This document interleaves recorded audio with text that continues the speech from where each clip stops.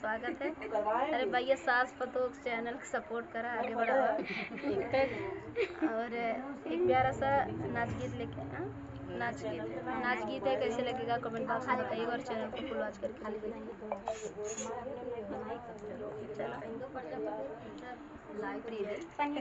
दीदी की लसन दोस्तों से प्रणाम, मैं आपकी वंदना। चलिए हम लोग प्यारा सा कह रहे हैं, कैसे लगेगा कमेंट बॉक्स में बताइए।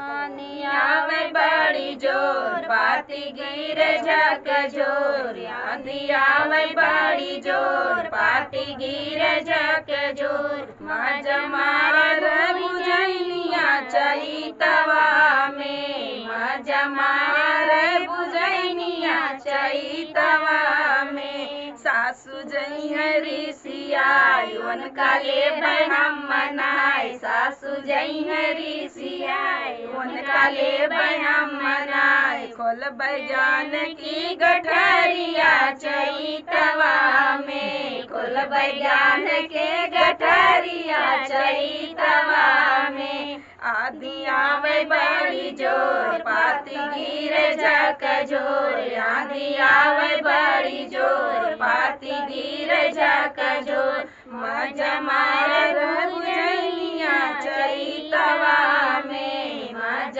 मार बुझैनिया चैतवा में। जेठनी जइहरी सियाई उनका लेबै हम मनाई, जेठनी जइहरी सियाई उनका लेबै हम मनाई। खोलबै गुन की गठरिया चैतवा में, खोलबै गुन की गठरिया चैतवा में।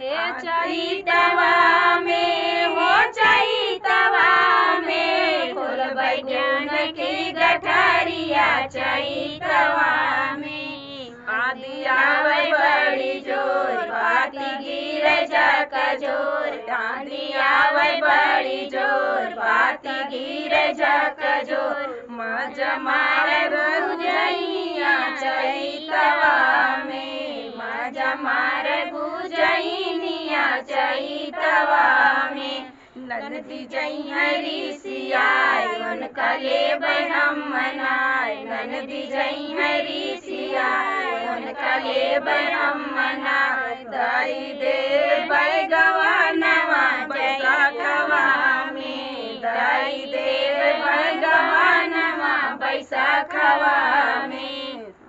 आधी आवे बड़ी जोर, पाती गिरे झक जोर। आंधी आवे बड़ी जोर, पाती गिरे झक जोर। मज मारल बुझैनिया चैतवा में, मज मारल बुझैनिया चैतवा में। तो फ्रेंड गीत कैसा लगा कमेंट बॉक्स में बताना। फिर मिलते किसी नए गाने साथ, तब तक के लिए बाय बाय दोस्तों। आप लोग से रिक्वेस्ट है कि चैनल को ज़्यादा से ज़्यादा सपोर्ट करना।